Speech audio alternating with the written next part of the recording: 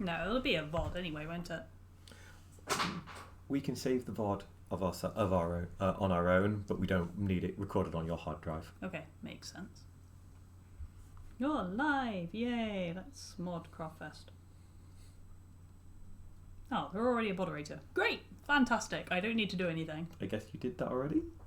Yeah, I did it. I did it on my stream dashboard, but because it didn't give me a message to say that I'd done it, I didn't know whether I'd done it or not. Oh, well, good.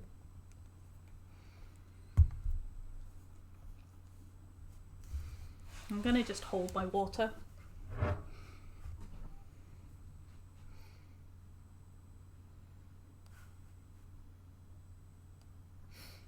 Just get that over there. So we've got a few minutes left to go.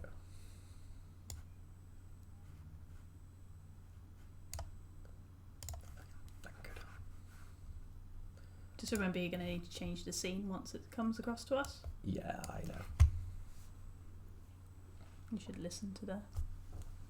This one. I hid them down here so we can... Just tell me.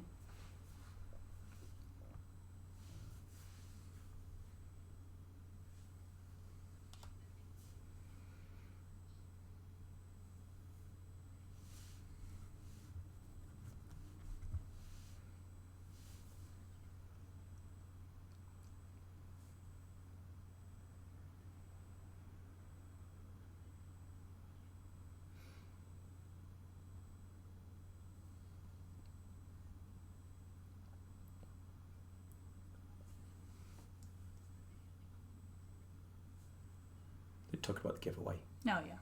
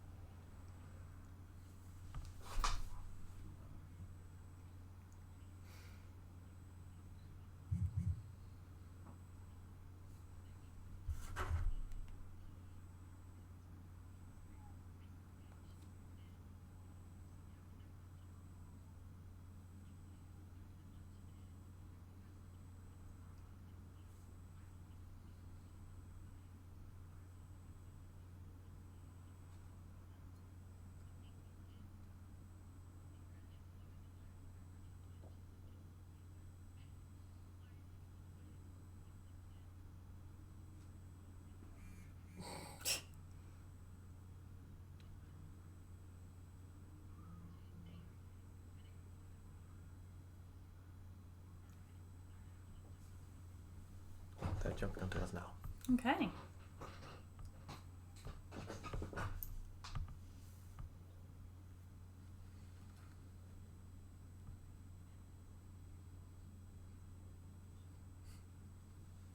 Yep.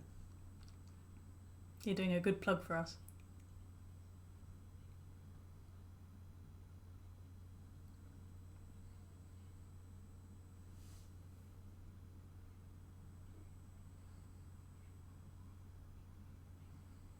Lindy's in the chat.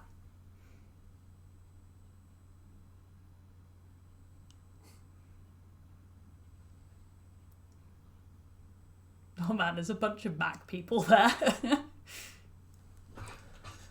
Should be us. Okay.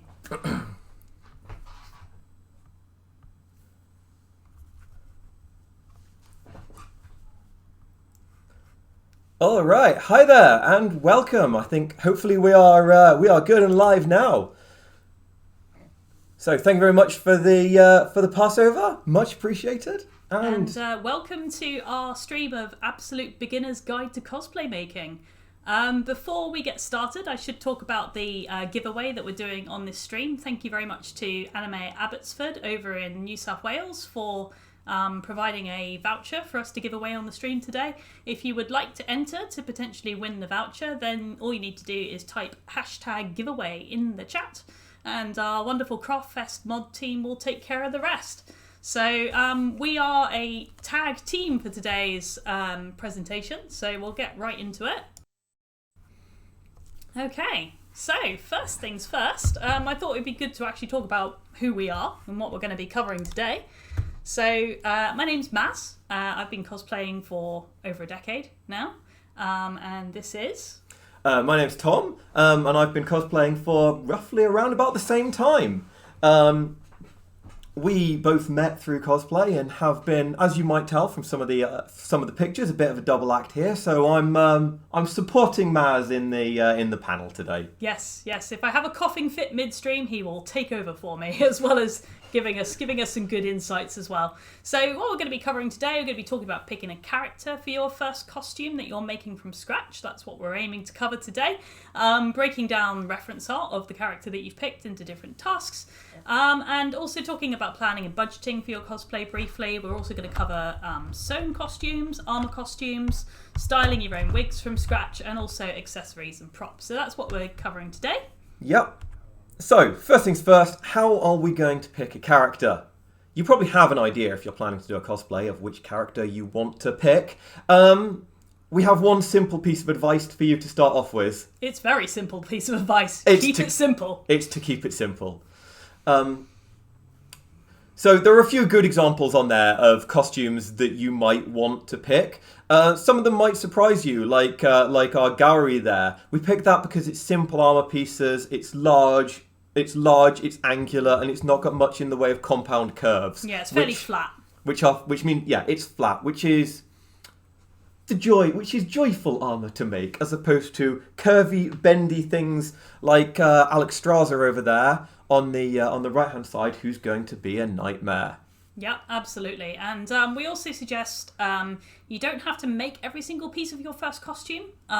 So going for more simple designs where you can potentially buy some bits and make others can help to make it a little bit more manageable for your first attempt. So some of the costumes that we've suggested over on the left hand side there, you can potentially make the skirt and then buy the jacket. In general, nobody wants to make a dress shirt for cosplay, so often people end up buying those. And then you can concentrate your efforts on just making one part of the costume really, really well. So that's basically what we recommend. And that flows in many ways quite naturally from the panel we just had, which was on how to modify and improve existing things. There's an element of overlap there. A kind of grey area, isn't there? Which is good, which gives you the chance to practice your own skills. Stepping forward. So, in terms of more complex costumes that require a lot of structure, a lot of layers. The previous panel was talking about petticoats and things, for example, and things that costumes that are more complex in terms of the visual appearance as well, that require a lot more kind of detailing, a lot more layers, and a lot more structure. So, Alex Straza is there because her armour is curvy in all sorts of annoying places and will be a nightmare. Belle has really awkward... Well, Belle has potentially a corset, definitely a lot of structure underneath that skirt, and Qin Shi Huang is just an absolute... just a lot. There's just a lot there. One day we'll make it. We are planning to make that one day. So, in order to make a costume, you need pictures of it. So reference art is really, really important when you're making your own costume. You can never have too much of it. Every angle you can possibly get your hands on. If it's a game, then sometimes they have 3D models that you can rotate in order to get what the back of the costume looks like. You're trying to turn a 2D picture into a 3D costume. And the people that are artists and are drawing these things, they don't have to care about what the back of the outfit looks like or where the seams and the fastenings are. And so the more reference art you can get your hands on to figure out the sort of logistics of constructing this, the better, essentially. We suggest that you avoid fan art simply for variations, artistic liberties. Fan art may not be accurate. On the other hand, you do have to weigh in there. There are some costumes where there's a couple of pieces of official art and a low-res model from a game that came out 20 years ago, and sometimes fan art is going to be the only option you have for trying to get some detail on what's going on in that. So a necessary evil, but not something to look for at the start. Exactly. Sometimes you can get a lot of colour variations. If you're using film images, for example, the lighting can change hugely. That can make it challenging. Just pick what looks good or what's the most commonly seen. But the most important thing about reference art is to take it with you when you go shopping. It will save you money in some form or another. Like the number of times when I've gone and bought like the wrong colour fabric, or it hasn't got the right texture, or I've forgotten some really important part of it. And, having it handy when you put on the costume as well. Yeah, I've left stuff behind by accident when wearing my costume. I've entered costume parades and forgotten bits of my costume because I didn't have the picture, and I was like, oh yeah, I've totally got everything on. No, left a certain green bangle in the hotel room for the entire day. You'll notice a recurring theme throughout this panel is us saying, hey, this is a thing that we did wrong. Try not to make the same mistake we did. In terms of breaking down reference art when you've got it, this is a really good way to try and understand what's in a costume, what actually is there, and to understand what you're going to make and what you're not. So here we've got Yasuo from League of Legends. Breaking down this is going to help us to identify some of the things that are going to be painful. The multi-layered armour potentially is something to think about. Other questions it brings up are, what's going on with his shoes? Is he barefoot? Do you want to go barefoot? We'll talk about shoes later, but certainly something you need to consider. What's going on around the belt? There's that rope, but is that bit of fabric above it? Is that part of the pantaloons? Is that not? Also, how are you going to get that motif on the trousers? Do you need to? Can you get away without it? Maybe. Would you like to have it? Some costumes will combine both sewing and armour techniques, for Just like example, this. as this one does. But yeah, breaking down a costume into little pieces will help you to understand what you're going to need to do, but it will also help you to understand it will also help you to plan. It'll help you to plan what you're doing, and it'll help you to plan the cost. So you can use certain apps to break down a costume into individual tasks. It really helps you to keep track of everything that you need to do. So when it comes to the week before the con and you realise you haven't made a really important part of your costume, that you don't have that happen to you. You can also add costs to each task to track how much it's costing, and trying to budget your purchases as you go along. Making cosplay is not a cheap hobby. Buying cosplay is not cheap, but making it is not going to particularly save you a huge amount of money in the grand scheme of things with the cost of bought costumes these days. But the nice thing about using these apps to plan is that you can also procrastinate by updating these instead of actually making the costume. Great tactic. To pre-answer a simple question, why would you make it instead of buying it in that case? The answer in general is more control, more accuracy, or just a better fitted costume. Yeah, and you're not having to go to quite the same lengths of effort that you might have to do with some of the bought ones in order to make it exactly how you want it, because you've done it that way from the beginning.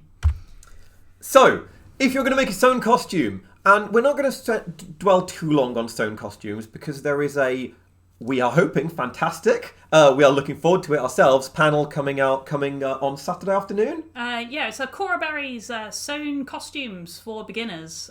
So we're going to try not to spend too much time on this topic to not overlap too much. But we'll nail a few things. So maybe you'll go into that one with a bit more of an idea before you start. These are the tools you're going to need for making your first sewn costume. A seam ripper in the top left is used for cutting open seams. It's used for undoing sewing. It's undoing stitches when you've stitched the wrong thing. And you will stitch the wrong thing. We all stitch the wrong thing. It happens a lot. You'll fabric use it a lot. scissors. You'll want specifically fabric scissors. Don't use them for paper. For God's sake, don't use them for wigs. Dedicated fabric scissors are a must. Bobble-headed pins. They're fantastic. They're great. We recommend those because they're easy to spot. They're easy to pull out. There's less chance of you missing them, less chance of you, for example, sewing one into the crotch of your costume and then not realizing until the second time you were wearing the costume when it was suddenly painful. You did not. Not that that's ever happened to me at any point. But yes, we recommend the bobble-headed pins because they're just really useful. Tailor's chalk will help you scribble on things. That's the bottom left. Helps you scribble on things, find the right shapes, design the right things, mark the right points. Left hand, right hand, all of that sort of thing. Don't make two left legs and try and sew them both into a pair of trousers. Might have done that. A measuring tape. Make sure you get one that is flexible, not one of those ones that coils up that you buy from Bunnings. The clips we show there are great to replace pins in some situations. They won't replace them in every situation, but they're really useful sometimes. And finally, with a subtle sign over the top of it, emergency use only, a hot glue gun. Can be invaluable for making last minute repairs, fixes, can be fantastic occasionally for doing things for props, but it's not a emergency. It's not a replacement for sewing. It's not going to. It's not a replacement for pins. We're in Australia.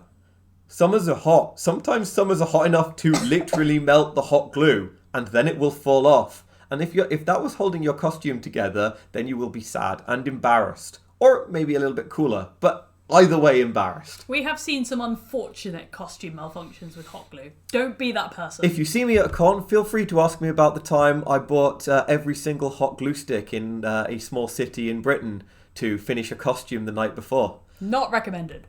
Anyway, books. Books are useful. Here are some books. So the Hero's Closet on the left-hand side there, that's the main book that I recommend for people that would like to get started with making their own costumes from scratch. It comes with patterns. It explains the patterns really clearly. It includes hand sewing techniques, machine sewing techniques. Pretty much most stuff you need to know will be in that book. There's a few others that I've listed. Everyone loves a good Dorling Kindersley book. It's got loads of pictures in it. And so, yeah, they're just there for you to reference, really. So we just wanted to do a very brief overview for sewn costumes, given the panel that's happening later on. So what fabric should you buy? There is also a panel on this topic, so again, we're not going to cover it in too much detail. Essentially, you need to think about whether you want the part of your costume to float or to hang or to be heavy, and that determines the rough weight of the fabric that you buy, essentially. So denims, heavy cotton drills for more durable parts of your costume, like, for example, coats, jackets, stuff like that. For most costume components, you'll usually be using some kind of, medium weight cotton, twill, cotton poplin, cotton lawn, various other things. Yes, don't buy cheap thread. It will be a sad thing. Pay attention to Mr. Guterman there. Yes, Mr. Guterman's really happy and he's really good. You should buy him. The reason not to have cheap thread is because it has loads of little sort of fluffy cotton bits on it. It will mess up your sewing machine. It will mess up your hand sewing needles. You will spend way more time messing about with it than you would do if you just bought nice thread in the first place. So yeah, Mr. Guterman, buy him. He's great. Yeah. Nothing will fray your sanity more than your sewing machine constantly breaking threads, losing tension, snapping, and doing all sorts of nonsense. Nothing at all. So that does bring us on to the topic of, do you need a sewing machine to make your own costumes? The answer actually is no.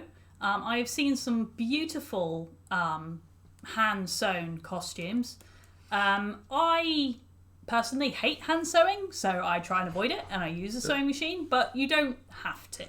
I have made Simon from Gurren Lagann, the final form costume for Simon, entirely hand sewn. Yeah, big flowy cloak, really fun to wear. I made that entirely hand sewn, and then I went out and bought a sewing machine. So, yeah, different strokes for different folks is all I can say. So, in regards to patterns, this is probably going to get covered in the other panel, so we're not going to talk about it too much, but we will cover it very briefly in the next slide. And also, can you ever have too many pins or clips? No, you can never use too many. One on the right, we made that's a circle skirt, which I was trying to hem. The other one on the left is just an example of how you can use clips to hold a sleeve in place when you're about to sew it together. Really useful for fitting them. So no, you can never use too many, basically. So we're going to talk very briefly about patterns. Wall of text. That's some pattern instructions. Okay, not all sewing patterns are necessarily beginner friendly. I've made a few suggestions. So simplicity patterns are really nice for beginners because they have nice, clear instructions. They break them down a heck of a lot better than some of the other pattern companies do. Clues in the name. Yeah, there we go. Simplicity, that's where it's at. McCall's do their own costume series, but some of the patterns that are included in them are quite old and they haven't necessarily updated the instructions to go with it. But some of the newer Cosplay by McCall's patterns are quite good. The Yaya Han ones are pretty alright. But actually, the Hero's Closet book that I recommended earlier, there are There are some pretty good step-by-step instructions for making the patterns in the book. If you get really stuck, if you've got some pattern instruction that's absolutely incomprehensible, it's well worth looking for sew-alongs online. These can be blogs or they can be YouTube videos. You can search the pattern maker and the pattern number in order to find these. So these are still these are worth taking a look at, essentially. Yep. Exact patterns aren't something you're going to be able to get for every costume. Exactly. Even the costumes series is generally more generic things leaning towards a kind of angle. If you're looking for a sort of Sailor Scout outfit from Sailor Moon, you probably can find something like that. If you're looking to make exactly and specifically like, I don't know, Yuki Yuna's magical girl outfit, no, you won't find an exact pattern for that, and you'll have to adapt even regardless of what you say. And certainly for us, we didn't start out that way. No. We started out copying pattern designs from existing clothing, and you can do this too. So you can just buy something from a thrift store that's cheap. As long as it's non-stretch and it's a fit for you, then that's the main thing that you need. You can just chop it up and use it as a pattern. It's a really neat way of understanding how clothing fits together without necessarily having to grapple with patterns and pattern instructions. You can also use clothing you own if you don't mind sticking pins in it. If you've got something fairly durable or something that you don't deeply care about, like an old dressing gown or a pair of jeans, like stuff like that. They won't care. Yeah. They won't even notice the pins are in there.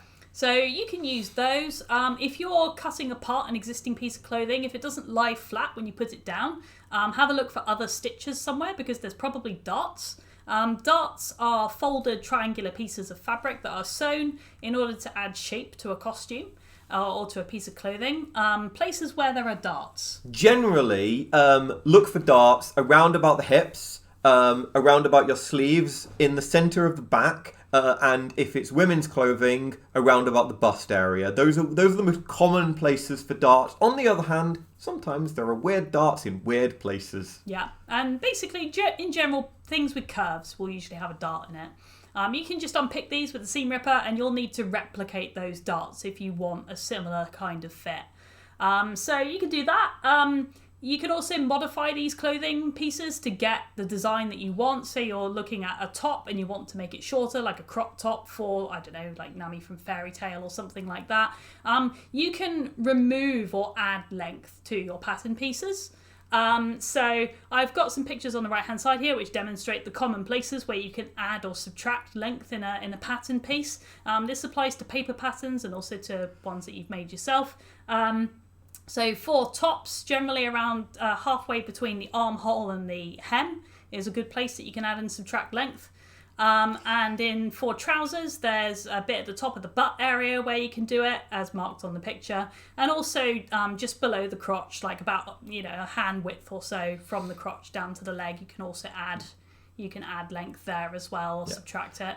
Make sure you're trying to add this. You add this length before you start. Before you cut, before you start making your costume, right? The opportunity is at the start. Yeah, you can take a little bit of length out using a hem if you need to later on, but ideally do it right at the start. I see a couple of questions in chat. We will take questions at the end, if that's okay. So hold thoughts, and we will happily jump in towards the end and answer some things. Okay, so for copying from existing clothing, remember that you are cutting something apart. So that means that you don't necessarily have the same amount of room when you sew it all back together again.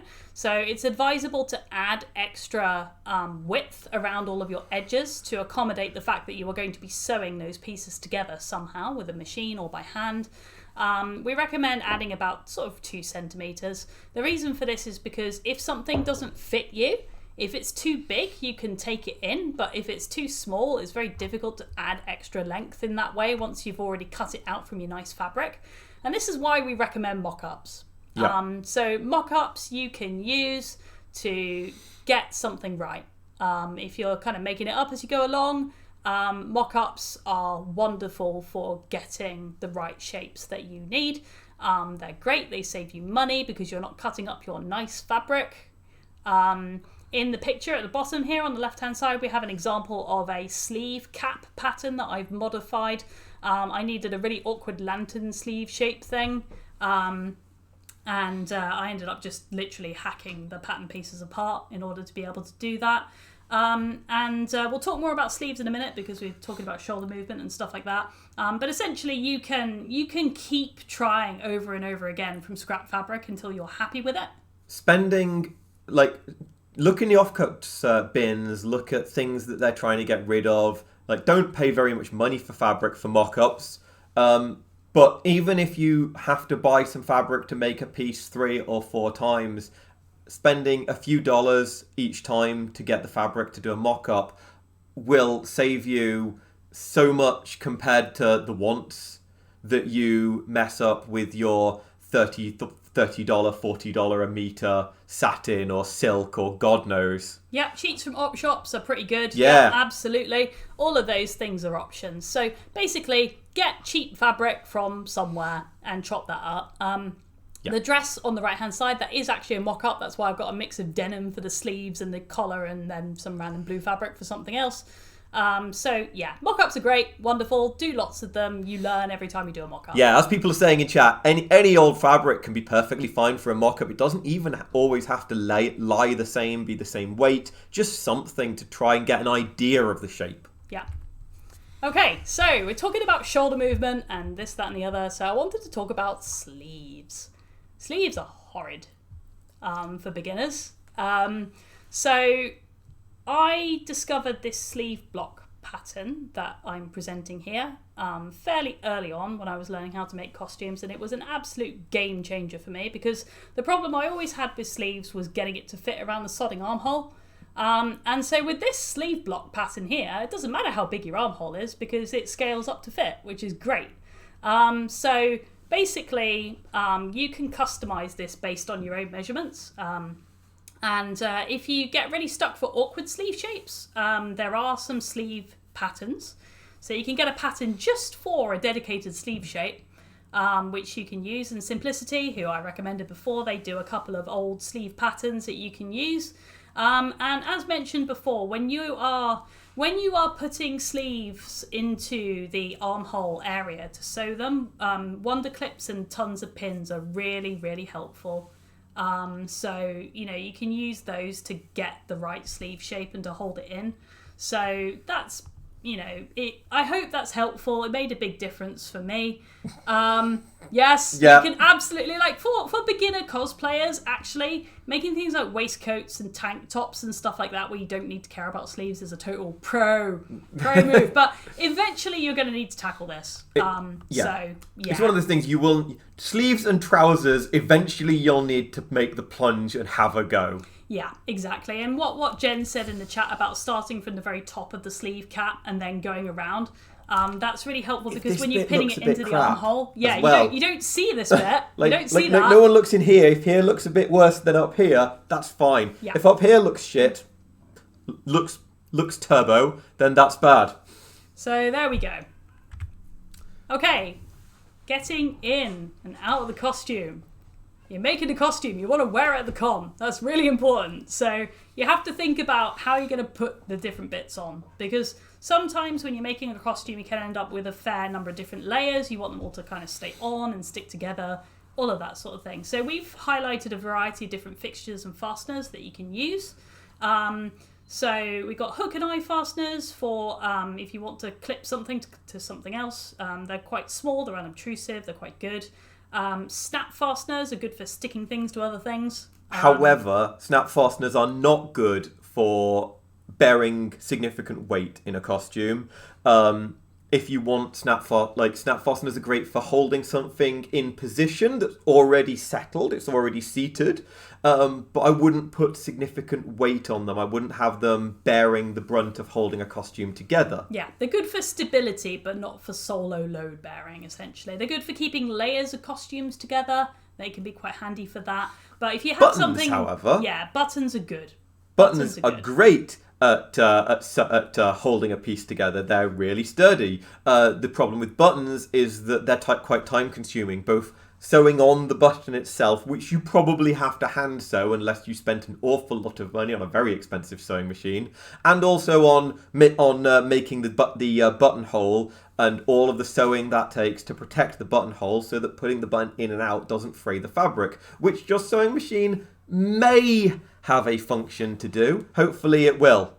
So we've also got Velcro, which you can get stick-on and sew-in Velcro.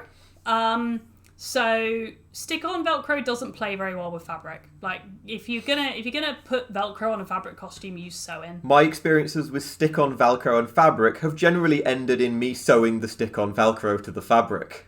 And essentially the glue on stick-on Velcro, if you have to attack it with the sewing machine, you're gonna mess up your needles. It will gum them up. It's not great. Yeah.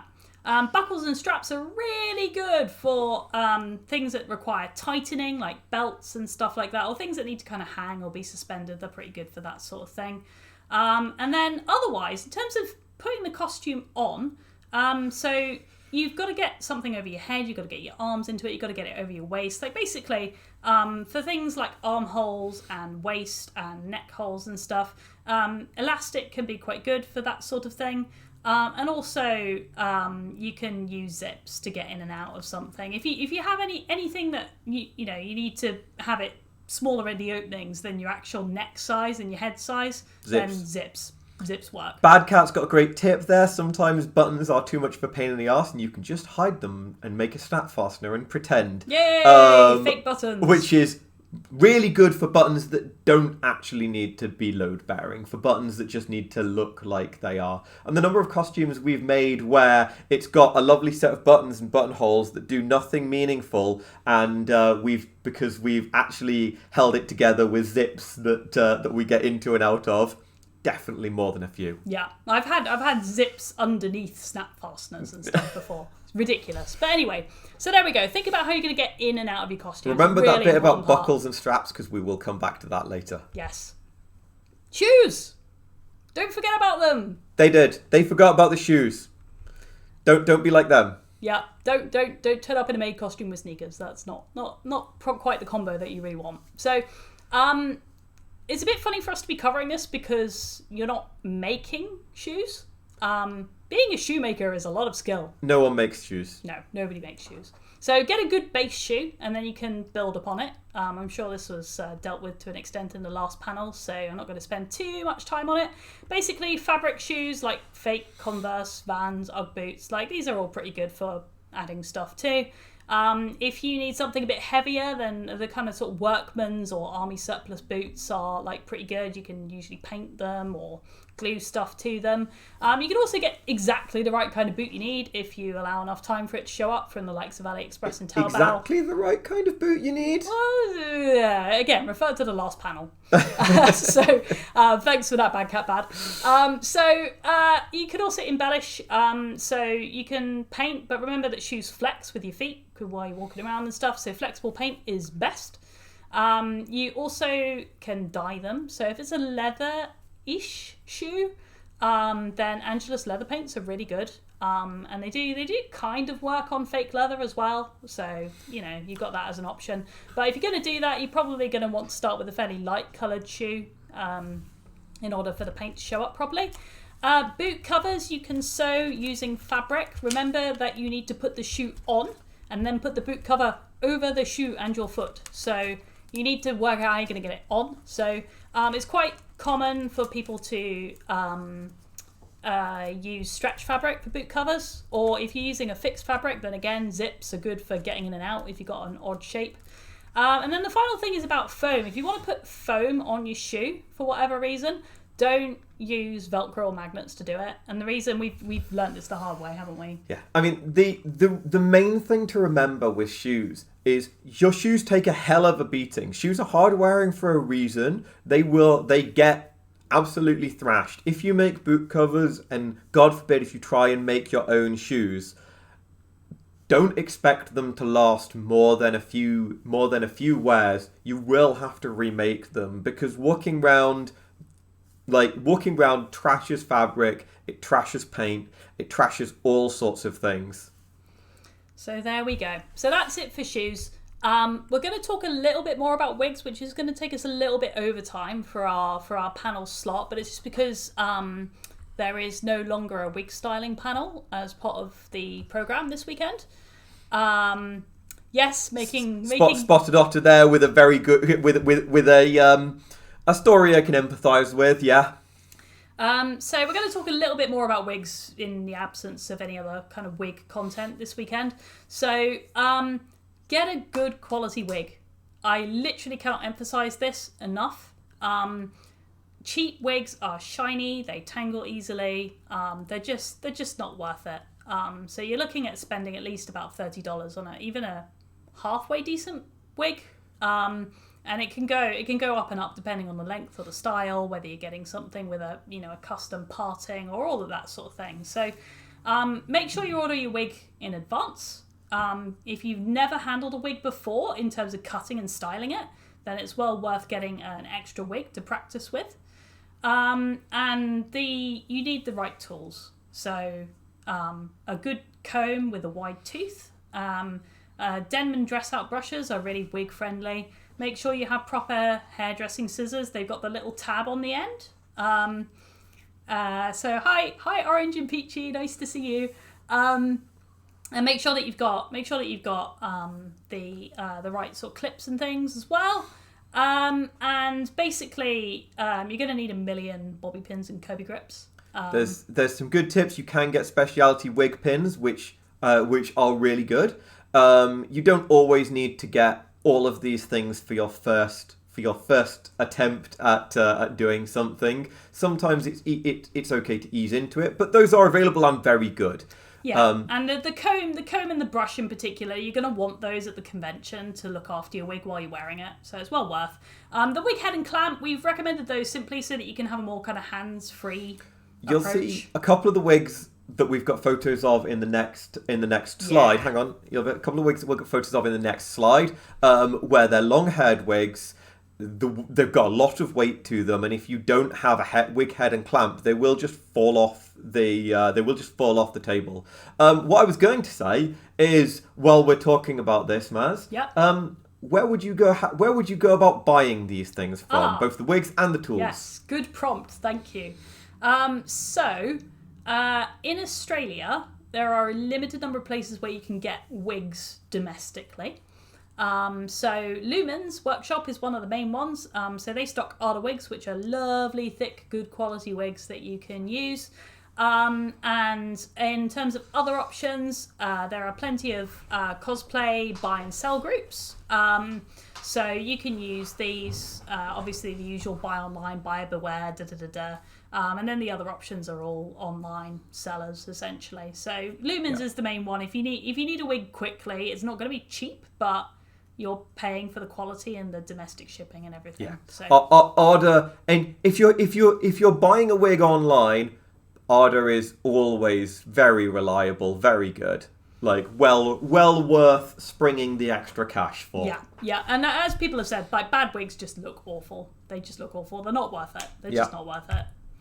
Okay, so examples of things you can do to a wig. You can very easily write on wigs, paint them, cut them, curl them, straighten them, glue them, condition them, dye them, and sew things to them. Mm-hmm. You can do any and all of those things. However, there are certainly some things that you can't do to a wig. So things you can't do. You can't make it lighter, right? The colour you get is the colour you get. If it's already a light coloured wig, you can make it darker. So the wig you see in the very middle there, Shiro from No Game No Life, that started out life as a white wig, and every bit of that colour was dyed into it. Yep. So that's the acrylic ink and rubbing alcohol for doing that particular dye technique, and doing stuff like that can make the wig a little bit crusty if you're putting paint or dye and stuff into it. You can use fabric softener, heavily diluted, to kind of get the wig a bit nicer again. And you can also do all kinds of daft things with it, like glue it. So the wig on the right hand side has multiple tails. In the bottom right hand corner of the picture, you can see a sort of yellow sort of tube. That's a piece of wire covered in some stuffing and some felt, which I then glued the wig hair to make all of these hair tails. So that entire structure is wire. So you can attach stuff to wigs in all sorts of ways. That particular wig, we also built a wire net to go underneath the wig because so that we could attach it to your head because it was so heavy by the time we put the 7 giant ponytails on there. And this is not a beginner wig project, by the way. Don't start with that one. Just an example of the things that you can do. You can glue it and all of that sort of thing. But all of the techniques we used there can be used very easily. Exactly. So that's a brief overview of the different things you can do with a wig. You can do glue styling with it. You can do glue spikes and all of that sort of thing as well. Notes on things that you can't do. Changing the parting is very difficult unless you're very clever or unless you get a skin top wig, which is a wig that's specifically designed for doing that. And using curling tongs and straighteners, you can. Sometimes, certain curling tongs, certain wigs, it's possible. We recommend if you need to straighten things, unless you're really, really sure that your straighteners are good and the wig is good for it, put your wig in the shower. If you're not sure and you need to straighten out a wig, just put it in the shower. Mount it on your shower frame wall and just leave it there for like a week. And every time you shower, the steam will straighten it a bit more. And by the end of the week, you'll have a perfectly straight wig. You can also just dunk it in boiling hot water. That'll also do the job. But yeah, like basically, things like Arda wigs are heat resistant. So you can actually do more with those with things like curling tongs and straighteners and all that kind of thing. But not every wig is like that. And if you've bought a random wig from somewhere and you're not quite sure, it's better to err on the side of caution. Yeah. So, in terms of cutting your wig, this can always be really daunting for beginner cosplayers. Like, a lot of people end up sort of buying a pre-styled wig and just kind of putting up with it. But spending a little bit of time cutting it to be the right length for you and so on. We all have different shaped heads. It's worth doing. So, buy as close as possible to the style that you want. You can use ponytail clips, like in the bottom sort of left corner of the picture there, to add things like extra kind of hair components and all of that sort of thing. Pigtails. Yeah, you can. All of those super all of that easy. sort of stuff. It just makes life so much easier than messing around with like huge amounts of wig hair. If you're making Miku, as mentioned earlier, you don't want to have to buy the entire wig down to your butt. You get 2 ponytail clips, 1 on each side. And Jobs attach. are good. Yeah. So, as mentioned before, you can write on wigs. So you can use a Sharpie to mark where you want to cut. So the important thing here is once you've cut that hair off, you're not getting it back again. Okay? So when you've marked where you want to cut, you can do horizontal cuts to get rid of the bulk of the hair. Like say, for instance, you're cutting in a fringe or something like that. Cut below the black mark, the Sharpie mark. For darker wigs, obviously, you need to kind of be a little bit more creative, like use a bit of hair chalk or something like that. But basically, the point of doing that is so that you can cut the bulk horizontally, but then when you're down to the fine little details, you can do vertical cuts. And this helps to kind of feather the wig fringe and avoid the kind of mullet look. Because then that way it just looks nicer. And when you think about it, whenever you've had your hair cut, that is exactly how your hairdresser will cut your hair as well. They don't go, they trim it in there. Although some anime characters do have a mullet, so everyone loves the Hime cut. Yep, the Hime cut. So work in sections again, simply because once you've cut something, you can't get it back.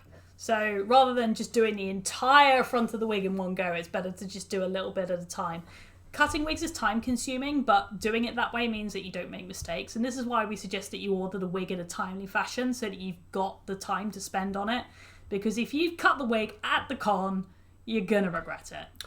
Worth noting, we are not diving here into spiking wigs and styling with hair gel and glue. Those are obviously things you can do. There's a panel in itself on all of those things. There's a panel in itself on many of the things we're covering there. The techniques for that are very similar to the techniques for doing that with actual hair. Only be careful to not leave large sections of wig net viewable. But yeah. So we're now drift on to on. armor costumes. Armor costumes are armor costumes. There's a few starter notes here. First things first, we don't believe. Others may disagree, but we don't believe armor costumes are as easy to do as sewing, right? It might seem like easy armor is easy. Our experience is that it's not. But even basic armor takes a little bit more than basic sewing. I think that the most difficult armor and the most difficult sewing are probably just about as difficult as each other. But to get to the base level on armor, we think is a little bit harder. Yeah, and they're also an iterative process. So the pictures that you see there, on the right hand side, this is a character called Gilgamesh from the Fate series. That was the first time wearing the costume for a costume parade. There are some bits missing because they literally fell off as Tom was walking across the stage. We remade that armour. And we are in the process of remaking it for a second time. And same with the armour on the left-hand side there. That is version 2. And I could stand there and get that picture taken, but if I tried to walk, bits would fall off. So we learned the hard way about some of those things. As people are saying in there, very different skill set from sewing. Hence why it's possible some people do find it a lot easier than sewing if you've already got some of that skill set, for example, from other things that you might do in your life. Yeah. But certainly for beginners, allow lots of time to make any armour. Even when you're experienced, you have to allow lots of time because there are certain things in armour making that cannot be rushed. They just cannot. Okay, so we'll talk a little bit more about this. So firstly, here are some books. Again, same deal as before. The book in the middle is one that I've used. It's got some really good tips for beginners, and the other ones are recommended as well. So check those out if you have some time. So moving on.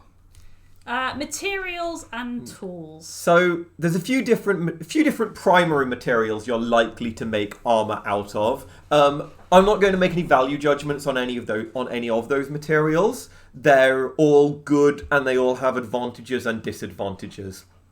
Personally, we cleave towards EVA foam for most of our armor.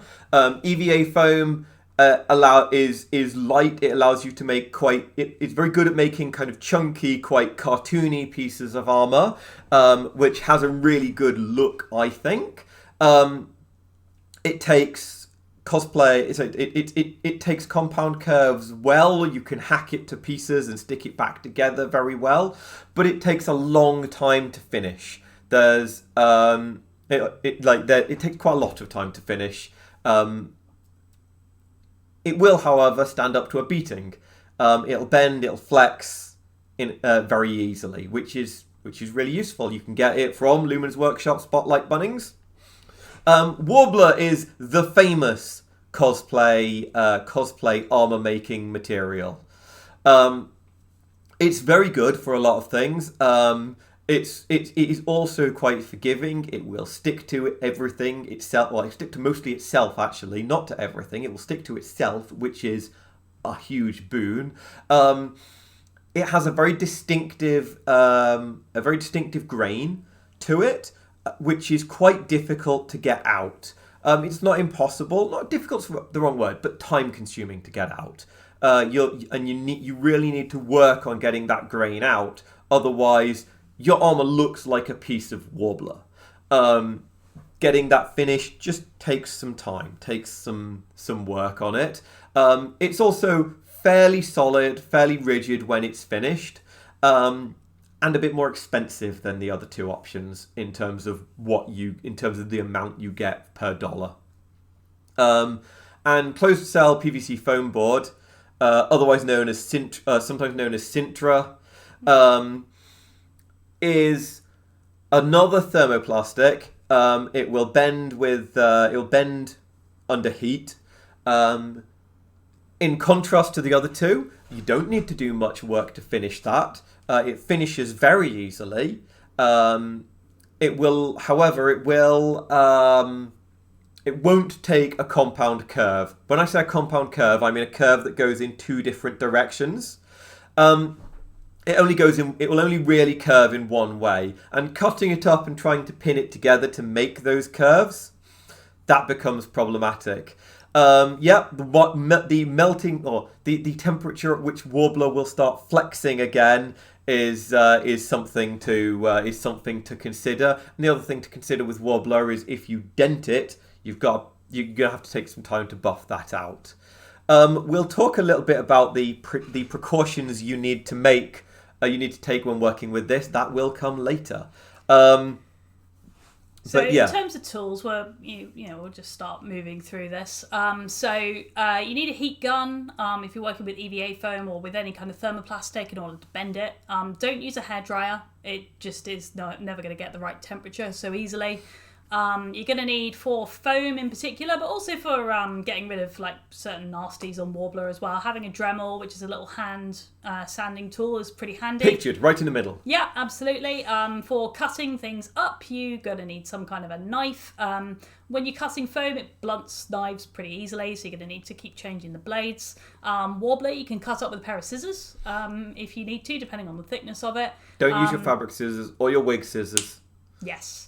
Also, you're going to need something to cut on and to put your heat gun on when you're finished using it, because it's still hot. I've melted bits of carpet with a hot heat gun when I put it down too prematurely before. I've done that as well. Yeah. Respirator and safety glasses is the big one. Yep. We'll talk more about that. Bolded demonstrate that it. Respirators and safety glasses, vital. Yes. So, making your armor. So, you can actually find templates online for certain armor sets. Like, say you want to make this really popular World of Warcraft tier set, you can often find templates available to make your own. Or Space Marines. Yeah, Camo-E, I think there's a couple of templates that you can buy as well. And this is why we suggested having the poster paper from Officeworks. You can use that to make your armor templates. Paper's cheap. You can use it up, you can mess it up, you can cut it up, you can tape it back together again. Literally doesn't matter. We've made and taped together the entire armor sheet out of paper and helped each other into it just so that we can start to get an idea of how it will sit and what it will do. Armor making, I genuinely believe, even more so than fabric costume making, is something that benefits from having a cosplay friend. Yeah, and testing it at each stage. So the one biggest takeaway we can give you guys for making armor, in making patterns for armor, is to allow room. So as mentioned before, you cannot treat making armor like doing sewing. You cannot do a really snug fit for armor. You will just end up regretting it because things will pop off. And when you start moving around, pieces flex, and this is how you can end up losing bits of armor. Eat a burger for lunchtime and suddenly your chest piece doesn't close. Yeah, it doesn't. There is no room for fitting errors with armor unless you make room. Make it bigger than you think you need it to be. Also, that's historically accurate in most cases. Armor wasn't skin tight; it would have been bigger, so that if a piece of armor got dented by a sword, the dent wasn't digging into your chest. Yeah, and I had a very traumatic experience making the costume in the previous picture. So I fitted it over a t-shirt. I hadn't accounted for the fact that I was going to be wearing about 3 or 4 layers as part of this costume before putting the armor on over the top.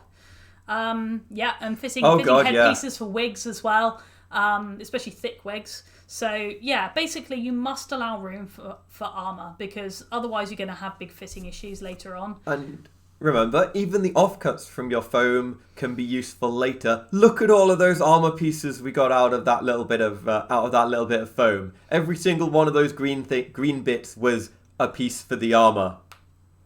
Exactly. So, in terms of making patterns for compound shapes, things like pauldrons, headpieces, what you want to do is find a similar shaped and sized object and just cover it with some tape and some cling film, glad wrap they call it over here in Australia. So basically you wrap the object in your glad wrap, you put parcel tape over the top of it until you've completely covered it, and then you can cut it away and then basically put cuts in it until it lies flat. So this makes for funny template pieces. Here's an example of I think it was an elbow pad that I made using this technique.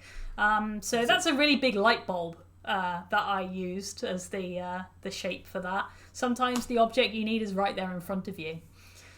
So if we go back, the brown in the top right is exactly what was said. That was covered with tape, covered with cling film, and then we cut it. We took it off. You cut it up, spread it out so it sits flat, and that's where you can see that one in the middle. That's the same piece sat flat.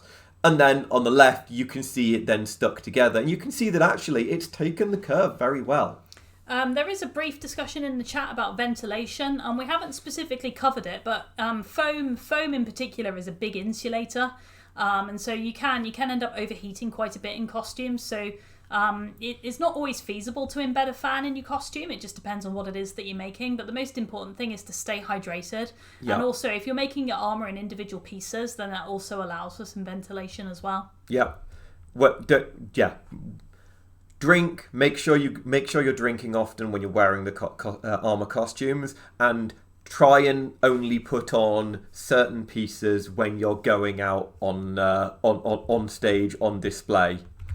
Okay, so we got about 10 minutes left or so. We are going to run a little bit over time, but we want to make sure we've got time for questions. So we'll move through this.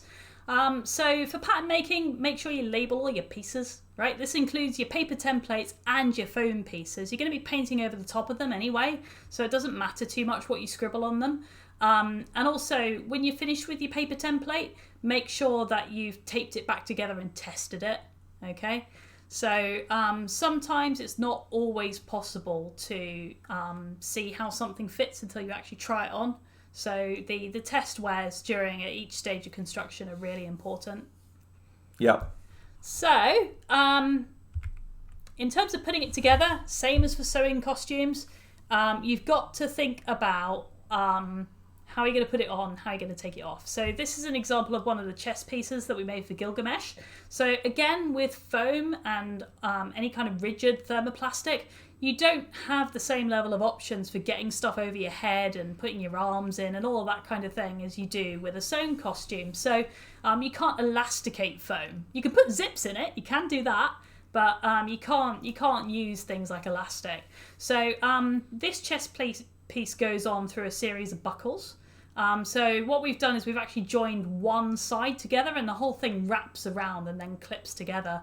As you can see, the buckles are not very obvious in the picture. Not at all. They're completely hidden, so it doesn't matter if they're, Yeah, we after trying several different options now swear by great big plastic clip together clips. Right, those are 100% the best way to attach things because it's easy to get in, it's easy to release. If you're stressing out and you're overheating, you can just grab anyone you trust and be like, there's a clip in here, please just release the clip for me. It's easy to get it out, it's easy to put it on, and they're durable, they'll wear. We've tried magnets, we've tried Velcro, we've tried, you name it, we've tried it all. Swear by clips. Yeah. They just work. So the big clips are good, and as Orange and Peachy were mentioning there, like being able to sit is good. So being able to have pieces of armor that you can remove in order to sit down. Though sometimes not always possible, depending on the armor design. Sometimes it's a worthy sacrifice. So putting your armor together. This is why we recommend the respirator. Okay. Yeah. So the way in which you stick your armor template pieces together once you've cut them out of your chosen material depends on what material you've used. This2that.com is great. I don't know who made it, but it's basically like, I want to glue this to this. What glue do I use? And it tells you, okay? So contact adhesive is the main one for EVA foam. For PVC foam, you're usually using super glue because it actually melts the pieces together. Once you glued it together, it ain't coming apart. Same with EVA. You're gonna rip the foam before you rip the glue, basically. And then for Warbler, as mentioned before, it sticks to itself. So for putting together EVA foam, if you want a smooth join, you can't just smush pieces of armor together with foam. So what you can do is if it is a right angle or something like that, you can actually Dremel the edges and then join them together after that. So you can also, if you've accidentally gouged your foam or you screwed something up, You can use bathroom silicone, and all of these things can be used indoors. If you're sanding foam, do it outdoors. Wear a respirator. Wear safety glasses. Look at that respirator. Look at all the little bits of It's covered in foam dust. that would otherwise be in your lungs. It gets in your hair as well. It gets everywhere. Yeah, tie your hair back before you. There's a couple of shouts of things like a couple of people in chat talking about things like concrete cement. You can use those things. Probably not the best place to start as a beginner. By the time you're looking at that, you're probably not quite looking at the beginner's armor making and might be taking an extra step there. So basically, for all of these things, if you're doing any kind of sanding or dremeling or anything like that, please wear a respirator. Like you don't want that stuff in your lungs. Like it's just not good, So I think that's basically it for those. Other than to note that, again, one of the advantages of Warbler is if you mess up with a piece of Warbler, you can squish little bits of Warbler into any gaps and fill it out nicely, which you can cover over in the finishing process. What you see here is, again, that Gilgamesh costume laid out all the way across pretty much every surface in our old kitchen. It's our sealant station. And what we were doing there is every single day, in the morning and in the evening, like before work and before bed, we would get some diluted PVA glue and we would do another coat of it over the top of the of every one of those armor pieces. However, before you do that, heat seal it with a heat gun. Heat seal it. Do it. If you don't heat seal it, you end up with that little blue image there, which is where the foam wasn't properly heat sealed, and the glue's soaked in parts. It's bubbled, and then when we tried to spray paint it, it doesn't look incredibly obvious at the start. And then you look at it, and then you spray paint it, and it looks so obvious and so nasty. And by that point, it's really difficult to fix it, because you've already gone so far. Yeah, we had to sand it all down and redo it. But this is one of the bits of armor making which cannot be rushed. Nope. If you're trying to finish a costume, you need to wait for those coats to dry, those coats of coats of glue to dry before you do it. Before you do the next one, they're only going to dry as fast as they're going to dry. Obviously, over here in summer. Your Australian summer will probably dry that a hell of a lot faster than that one, which we were making in British winter. But nonetheless, it's still something that you need to allow time for. Yeah, and there are different sealants you can use. We've used diluted PVA glue, but in Australia, the Flex Bond sealant is very popular here, which you can get from Lumen's Workshop and a few other places. On our list to try for the next costume. Yeah, absolutely. There's a few other sealants like Plastidip, for example, as well. Congratulations to TBD Cosplay, who won the giveaway. Well done. And then for the other ones, it just kind of varies. For Pvc Foam Board, do whatever you like. I told you it's really easy to finish. It's real easy to finish. You can literally just spray paint it if you wanted to. Yeah, if you really want to, you could just spray paint it. I'd probably do one coat of sealant just to make the spray paint make it a little bit smoother. But it's easy. Yeah. And last but not least, Warbler. Yeah. There are various options to remove the grain. Some people swear by sanding it down over a long period. Other people want to. They suggest using wood glue as a surface. Warbler is a wood component, thermoplastic, so wood glue can work quite well as a sealant for it. But essentially, you have to do again a lot of layers to get rid of that grain. Some people are like, oh yeah, gesso and sand the gesso. I couldn't do that myself personally, but. Again, there's a lot of different options. It's just, again, you need time. To qualify that one, Maz couldn't do it because it absolutely set her asthma off for the next week or so. Even anywhere with a in the house. on. Yeah. So basically, the key thing is to be patient when you're doing armor. Getting a good finish, it takes time, but it is worth it in the end, absolutely, because the look you're generally going for is a smooth metal, and that's something you're trying to create. Okay, so we're moving towards the end of the panel now. So we just wanted to briefly cover props and accessories. They are something that can be really fun to make. It can really finish off your costume. Having a prop to pose with can be super fun. There is a prop painting panel that's happening later on in the weekend, so we're not going to spend a huge amount of time on it. But essentially, there's a variety of different materials that you can use to make props and accessories. On the right-hand side there, I've used a mixture of silicone and foam clay together. So what I've done is I've made a positive of the shape that I wanted to make out of polyclay, which is the stuff that you bake it in the oven. And then I took some silicone, which you can buy from any art store, and basically smushed the positive into that to create a negative mould. I then just basically smushed foam clay into the mould and made a whole bunch of those little kind of dagger shaped things. How many did you need to make? A lot. I can't remember. Yeah, something it was a lot. Like that? It was a large number of them. But for doing just like repeat accessories, that can be a really nifty little method. So that's just an example of the kinds of materials that you can use to make your props and accessories. But there are a lot of different options for props and accessories, and they're really cool and very fun to make often. But one thing we did want to say is props and accessories are exactly what they sound like. They're accessories, they're add-ons. If it comes down to it, if you wear your costume and not a prop, then you'll look like someone who's got a costume, and you'll be in cosplay. And if you have a prop and not a costume, then you look like a weirdo waving a sword around. Not that waving a sword around isn't really fun, but essentially, if it makes a difference between you having a costume at the con or not, then don't bother with the extras. So we got a couple of messages about props, like our English friends that are on the stream are going to be laughing at this picture that we've got here. Make sure your props are con safe, okay? But also they need to be durable.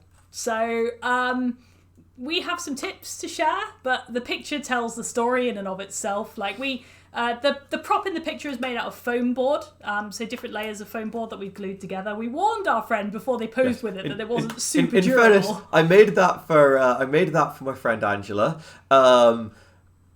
I had 2 days before I was finished with doing a bunch of things a couple of days before the con and was like, I've got time to quickly put a bow together. So I quickly slammed a bow together. I was like, look, I've made this out of foam board. It will not flex or bend. Please do not pull the string back past a gentle tug. And she got a bit carried away when she was standing in front of the cameras. And sometimes this can happen. Basically, the other key message we have about props and accessories is that they just need to look good from a distance, right? They don't need to survive super close inspection. They just need to look good in a picture that somebody's taken from a couple of meters away, okay? So don't sweat it. Have some fun with it. Like, making props and accessories is really fun. Like, if you've managed to finish the rest of your costume and you have time for it, it is really great. But making sure that your prop is, con safe but also durable is the key. So we've got a few suggestions there. But the bottom line is, it's probably con safe if you were thinking more about the prop breaking than you were about the person that you were smacking with it. If you were to hit someone with the prop, would you be more worried about the person you're hitting breaking or about the prop breaking? If the answer is you'd be more worried about the prop breaking, then either it's a really shitty person or your prop is con safe. So there we go. Yes, do check the convention's rules. Most conventions have very sensible rules that you need to follow. But in general, as long as you build props with a degree of sanity, you'll probably be okay at almost any convention. So there we go. Yes. Yeah. Yeah, some people are like, oh my god, that's a really cool prop, can I hold it? And it's like, no, you're gonna break it. It's definitely got, certain weakness points, etc. Yeah. And so that brings us basically to the end of the panel. Yeah, to our last few points. So making your first costume will be a learning experience. You will make mistakes, and that is part of the process of learning how to make your own costumes from scratch. It's not going to be amazing, the first one that you make. And this is Maz's first and my second costumes we ever made. And they're not great. Neither of us have wigs or anything like that, you know. It's just a unheard of concept back in those days. Yeah, it was bad. But we had a go. These would be what, sort of 15 years ago? Yeah, something like that. Like a long time ago. So yeah, your first costume you make is not going to be amazing. But probably going to be better than ours. Yeah, probably. You may not save any money from doing it versus, you know, actually buying a costume online. But the important thing is that you made that. You will be proud of it when you've finished it. Even if you hate some parts of it, and we all always hate some parts of our costumes. Yep. You will at least have some things that you think, man, I did that. I made that. And that's something to be proud of. And as you work and as you practice, you can start to show off the things that you've learned, and you'll keep learning each time. I'll be honest, those weren't our second costumes. Those were a few years later, after we'd met each other. But certainly it showcases the difference that a bit of experience, a bit of practice makes. You learn something new with every costume you make. So we would love to see you if you've decided to make your own costume for the first time. We're definitely going to PAX. We're hopefully going to Animaga in Melbourne as well later on this year. So come and find us. Like, we'd love to see what you've made, because we think it's great. If you've started making something, especially if you've used any of the things that we've done, come and say, "Hey, I did this," or "I'm going to be wearing it tomorrow." We'd love to hear your stories. You're awesome. Yeah. So we were all beginners once, as you can see there. And at least for the two of us, we still feel like we are. There are still things that we struggle with, we challenge, we don't know, and it's only a few years ago that we started doing armour. So yeah, that's the end of our stream. We went a smidge over, but not too bad, hopefully, and we're happy to take any questions before handing back to Nadine. We would love to take questions, yeah. So anything you want to ask us, drop them in chat. I think there was a question earlier about leather costumes. There is a leather working panel. It is first thing on Sunday, I believe. So do check that out, because that will definitely deal with all of your leather questions. Because, you know, we've not done a super amount with leather, have we? So we're hoping to learn from Grant when he presents that. That's it. We've actually only done a few accessories and things like that, and small bits of leather. We've never done majority leather costumes, so something for us to pick up. Yeah. Exactly. Yeah, there we go. Happy to take any further questions, and otherwise we can just hand back over to Nadine, basically. Yeah. And thank you to all of our friends that have dropped in to say hello. Like, we really appreciate it. Yeah, thank you everyone for watching.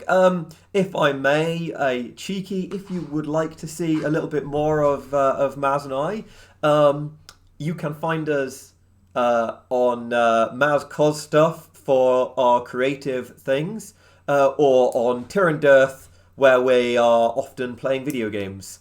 So if you fancy hanging out with us on other streams, then we'd love to see you.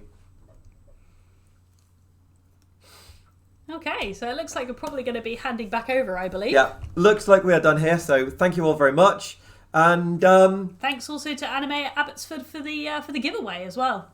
And we'll see you all over in the rest of the panels over the rest of the weekend. Adios. Goodbye, good night, or good day for those abroad.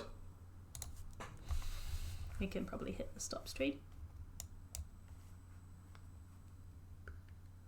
Or just switch. Oh, that's the technical difficulties one. Never mind.